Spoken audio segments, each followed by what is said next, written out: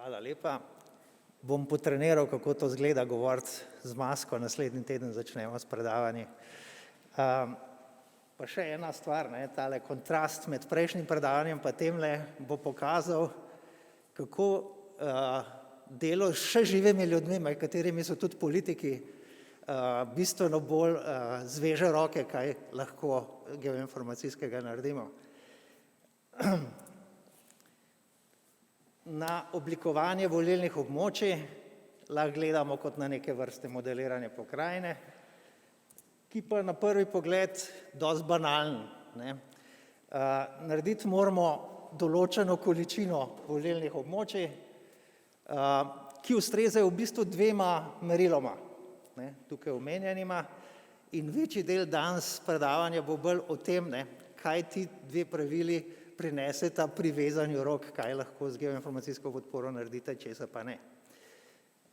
Merili sta geografska zaokroženost in enakomerna porazdelitev volivcev po volilnih območjih. 8 volilnih enot je treba narediti, Slovenijo razdeliti na 8 volilnih enot in v vsaki od njih 11 volilnih okrajev, kjer je izvoljen po en poslanec. To je osnovna ideja, na videz torej dosti banalna reč. To je ena od rešitev, te naloge še iz preteklosti.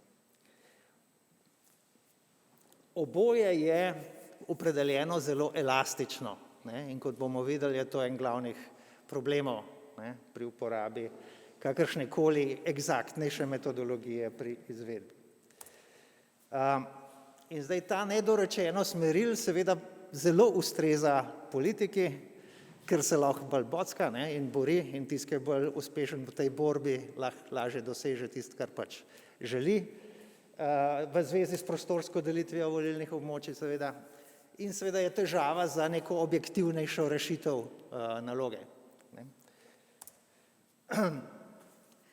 Ena glavnih težav v ozadju te naloge je, da je z oblikovanjem volilnih območij mogoče posegati v volilne rezultate. Ta zadeva ima svoje ime, ga nisem niti prevedel, ker je najbolj, ne uporabljam prevedenega izraza, ker je takole bolj znano. Tukaj imate tak šolski primer, da lahko manjšina zmaga na volitvah, če ima prav oblikovane volilna območja. In seveda to koristi predvsem tistim strankam, ki so teritorialno izrazito močne in dobro organizirane. Stroka ima tukaj nalogo ohranjati čim večjo stopnjo nepristranskosti, če tako rečemo, in čim večjo stopnjo neke doslednosti pri pravilih, ki pa vidite so težavne, če je vse ohlapno opredeljeno, merila. No, poglejmo prvo izmed dveh meril. Geografska zaokroženost. V zakonu takole piše, geografsko zaokroženo, skupne kulturne in druge značilnosti volilnih območij morajo biti zagotovljene. Zelo nedorečeno. Kaj pa je to geografsko zaokroženo? Jaz sem geograf, pa imam težavo tlele, nedvomno opredeliti, kaj bi to pomenilo.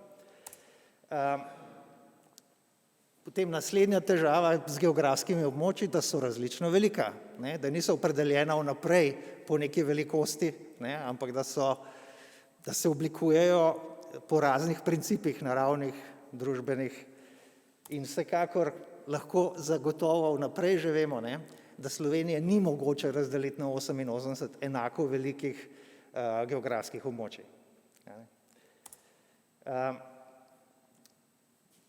In ena od težav naslednjih, v zvezi z geografskimi območji, nekatera od teh območij so enostavno prevelika, da bi bila že sama za sebe lahko volilna območja. No, ena so toliko velika, kot je Ljubljana, recimo, da niti volilne enote, ki jih je 8 v Sloveniji, je še za tisto je prevelika, Ljubljana. No, zdaj, če bi geografska zaokroženost prevladala nad kriterijem, da so vsa volilna območja približno enako velika, bi imeli v bistvu ta težavo, da vsaka volilna enota ker so neenake med sabo, v bistvu ni pošteno do izvoljenih poslancev, načeloma naj bi bil vsak poslanec izvoljen s približno isto količino ljudi. Tako. No in še drug kriterij, enakomerna porazdelitev volivcev.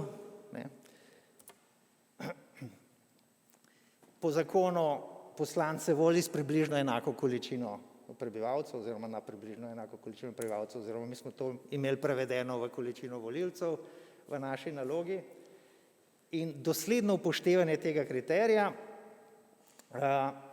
le redko kje v bistvu sploh omogoča, da dobite geografsko zaokroženo območje.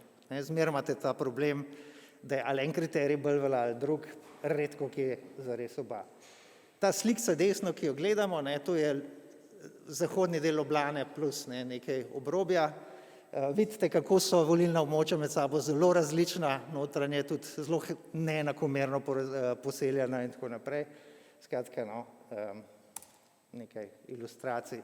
Z pravnega vidika je ta kriterij lahko zelo pošten, se pravi, da je vsaka volilno območje enako količino volivcev, je pa seveda problem, da dobimo geografsko lahko zelo heterogena območja neke velikosti in to pri poslancih ni prav priljubljeno, ker se morajo prilagoditi nekemu območju, ki ga lahko ne poznajo, pa nimajo tam volivcev, pa se morajo bolj truditi. Tako in zaradi tega se seveda tega otepajo.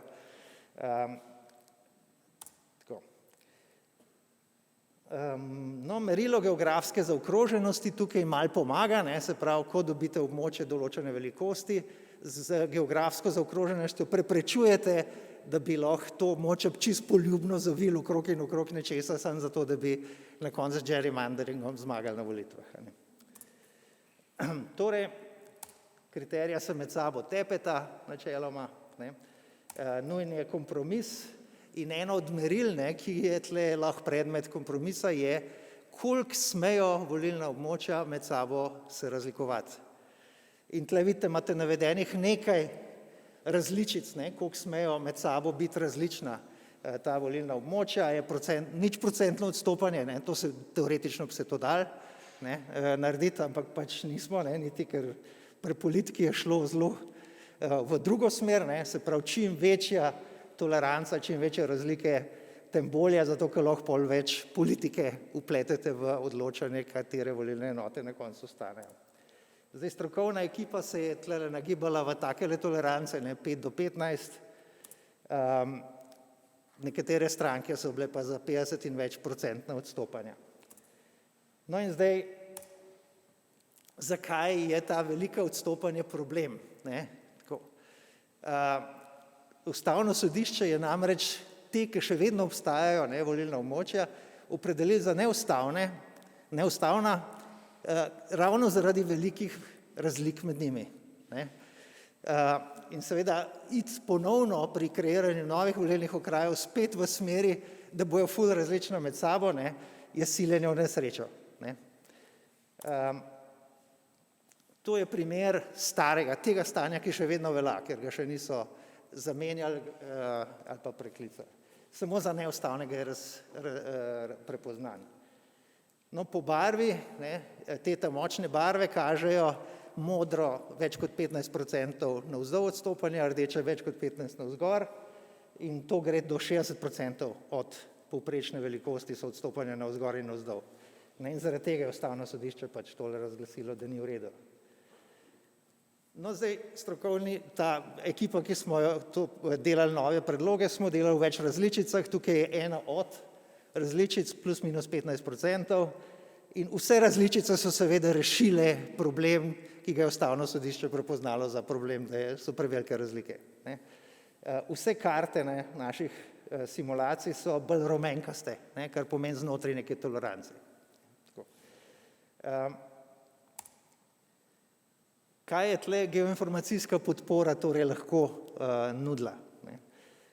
Začnimo malo s pogledom nazaj. Leta 2000 smo že delali volilne okraje in smo že uporabljali GIS-e pri tem in o tem tudi objavili in tudi tukaj predstavili to početje. In takrat smo imeli idejo, da bi se morda vsaj del teh nalog dal avtomatizirati. Je bila želja. No, kaj se je zgodilo leta 2019? Uporaba geoinformacijskih orodij seveda bila nujna, brez tega ne bi v realnem času bilo možno speljati naloge, ampak omejena iz 3 razlogov. Prvič čas, ne. V enem mesecu ali dveh bi radi imeli že kar narejeno na mizi, ne, da bojo pol imeli pol leta za razpravo politično. Ne.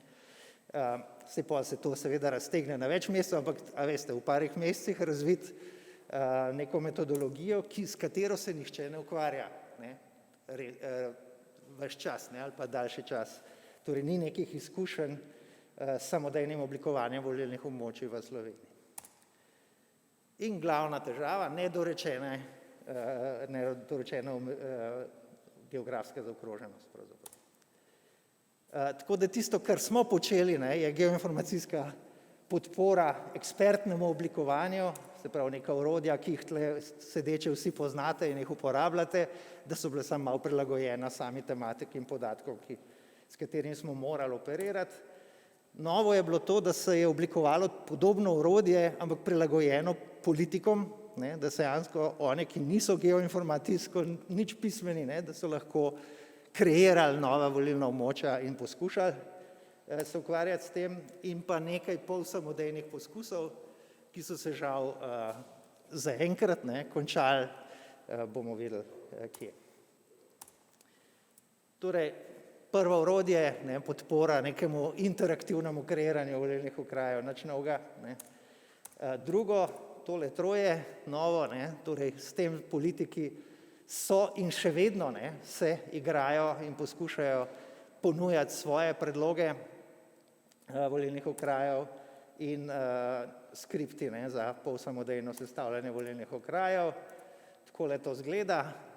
Je bilo izvedeno do neke faze, so dajali že rezultate, tele desno, no, na tejle slikci, so rezultati, ki so številsko čisto špilajo, se pravi, smo ustreza v sami količini velikosti volilnih območij, o geografski zaokroženosti pa tle, ki ni moglo biti dovolj uspešno, ker ni dovolj objektivno izmerljiva. Tako. Okay. Če bi sklenili na tej točki, strokovna ekipa svari pred pretirano nedorečenostjo oziroma elastičnostjo meril. Podobno elastična so bila že leta 2000, kot zdaj, samo da je zdaj to še težje skozi spraviti, ker je politična klima zdaj veliko bolj napeta in netolerantna, kot je bila leta 2000. Ustavno sodišče je to zaznalo očitno v tej meri, da so raje predlagali, pojdimo raje stran od teh volilnih območij, pa pojdimo na preferenčni glas kot nov sistem, torej načina voljenja poslancev v državni zbor. S tem bi pač volilni okraji oziroma volilna območja izgubila politično vlogo, da vsak volilni okraj da enega poslanca, ampak bi samo še organizacijsko, kako izpeljemo volitve, v bistvu bi pa vsak posameznik vplival na nek način na končni rezultat volitev. Ampak nekaterim strankam ta delitev na volilna območja in vezavo na volilna območja še vedno ustreza in trenutno še vedno torej potekajo poskusi oblikovanja volilnih okrajev z orodji, ki so bila narejena za poslance. No, zdaj, težko je reči, da nismo veliko naredili, smo se nekaj naučili, namreč kreiranje volilnih območij je podobno kot kreiranje drugih administrativnih območij, nekih izkušenj smo si nabrali, recimo tako. Samodejnost postopkov ima prihodnost, z nekaj več časa, pa da se nekdo začne res s tem ukvarjati, ampak predvsem pod pogojem, da bodo merila bolj dorečena in da obstaja neka strokovna kontrola, kako se to izvaja, da ne pride do gerrymanderinga. Do takrat je pa tak pristop, ki smo ga zdaj, verjetno bi ga ponovili, če bi dobili še enkrat isto nalogo. Se pravi, neka kombinacija ekspertne presoje z bogato geoinformacijsko bazo, ki omogoča interaktivno kreiranje volilnih okrajev. No, za zaključek samo še ekipa, ki je tole počela, v bistvu je bila zelo majhna, 4 v ožji ekipi in 5 zunanjih sodelavcev, vsi z firme GDI. Vsem hvala, eni ste tukaj, tako da aplavz ste zaslužili tudi vi zdajle.